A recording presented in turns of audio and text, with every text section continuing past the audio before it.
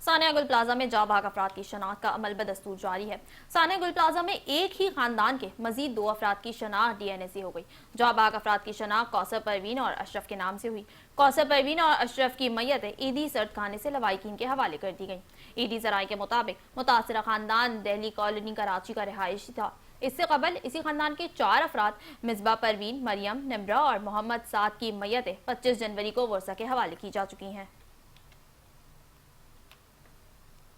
आपको बताएं कि सानिया गुल प्लाजा में जाबहक अफराद की शनाख्त का अमल बदस्तूर जारी है। सानिया गुल प्लाजा में एक ही खानदान के मजीद 2 अफराद की शनाख्त डीएनए से हो गई है। जाबहक अफराद की शनाख्त कौसर परवीन और अशरफ के नाम से हुई। कौसर परवीन और अशरफ की मैयतें ईदी सर्द खाने से लवाहिकीन के हवाले कर दी गई हैं। ईदी जराये के मुताबिक मुतासरा खानदान दिल्ली कॉलोनी कराची का रिहायशी था। इससे कबल इसी खानदान के 4 अफराद मिसबा परवीन, मरियम, निमरा और मोहम्मद साद की मैयतें 25 जनवरी को वर्षा के हवाले की जा चुकी हैं।